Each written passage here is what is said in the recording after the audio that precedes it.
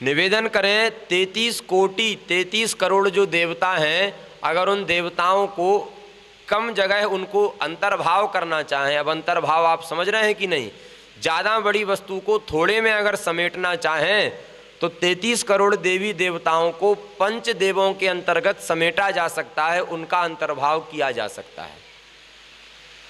अगर आप वैष्णव हैं तो केंद्र में श्री रामकृष्ण नारायण रहते हैं, मध्य में एक तरफ श्री भगवान शिव रहते हैं, एक तरफ भगवती दुर्गा जी रहती हैं, एक तरफ श्री भगवान गणपति रहते हैं, और एक कोने में, चारों कोनों की स्थिति हम बता रहे हैं, एक कोण में श्री भगवान सूर्य रहते हैं। अगर आप शिव जी को अपना परम आराध्य, अपना इष्ट मानते हैं तो केंद्र में भगवान शिव रहेंगे और उनके साथ साथ भगवान नारायण, भगवती दुर्गा, भगवान गणपति एवं भगवान सूर्य, इनकी भी उपासना होती है।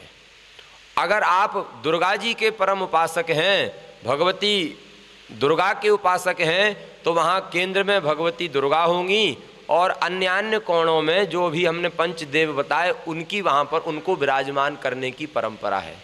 हमारे पूज्य परम गुरुदेव भगवान अगर गणपति गणेश चतुर्थी का व्रत आए तो सभी अंतेवासियों को प्रातः काल से ही गणपति उपासना में लगाते।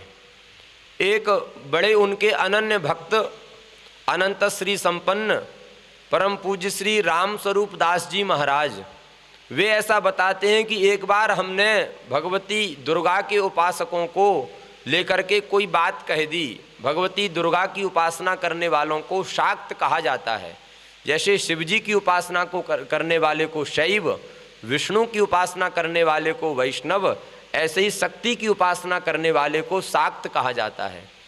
तो उन्होंने कहा, उन संत ने कहा कि हम कुछ शक्ति के उपासकों के विषय में कोई ऐसा वाक्य कह दिया जो उनको नीचा दिखा रहा था।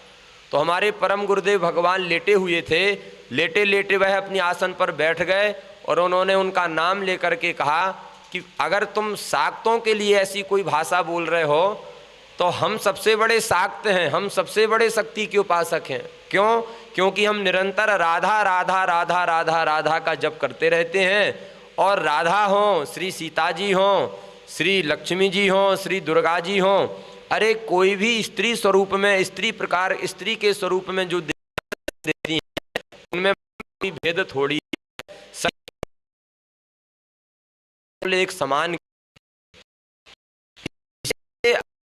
देवताओं में भेद किया जाए, ये ऊंचे हैं, ये बड़े हैं, ये छोटे हैं, ये तो ऐसा कर सकते हैं, ये तो ऐसा नहीं कर सकते हैं, इस प्रकार की भावना अगर किसी की है तो उसके इष्ट जो उसके आराध्य प्रभु हैं वे भी उसका काम नहीं बना सकते।